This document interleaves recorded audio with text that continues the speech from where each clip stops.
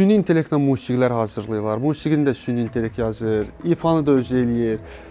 Bu bizi narahat eləməlidir yoxsa yox?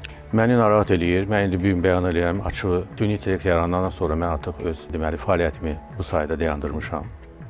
Heç bir musiqi yazmıram. Nə üçün verəcəksiniz mənə sual? Bu yaxınlarda mən bir musiqi yaratdım və Facebookda onu paylaşdım.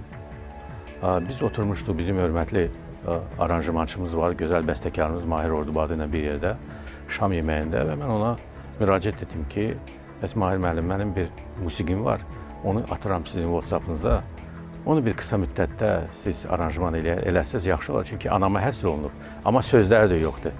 Yəni mən şair tapmalıyam ki, sözləri yazsın və mən onu anamın deməli doğum günündə onu paylaşım. O mahnıya baxdı, dedi ki, Noz mən bunu çatdırmayacağam bu qısa bir müddətdə. Demək olar ki, bir gün ərzində dedim, mən bir ifa eləyiz, bir dəfəli gələ mənə göndər, sabah paylaşın. Dedi, yox, narahat olmayız, dedim, mən süni intellektə müraciət eləyəcəyəm. Hamısı həll olacaqdır. Biz şam yeməyi oldu. Necə var, elə də danışır, Mahir yəqin ki, indi eşidəcək bizi. Mənim sürücüm də Yaşar da bizimlə bir yerdə idi. Getdik övə, mən gəldim övə ilə, övdə çay içirdim, gördüm, mesajlar gəldi, gördüm, Mahir müəllim mənə göndəribdir. 5 variant. İlqar müəllim, dilim ağzımda qaldı.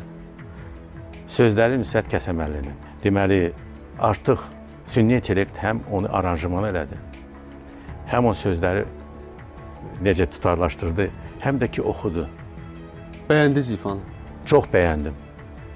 Çox bəyəndim, nəinki mən bəyəndim. Mən onu sizə də göndərərəm.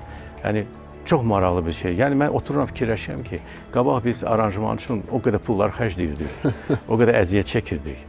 Amma bu, tax ki, yarım saat, 15 dəqiqənin ərzində... Süni intellekt qısa müddətdə... Qısa bir müddətdə, özdə mən sizə deyim ki, bir mükəmməl bir ifa oldu.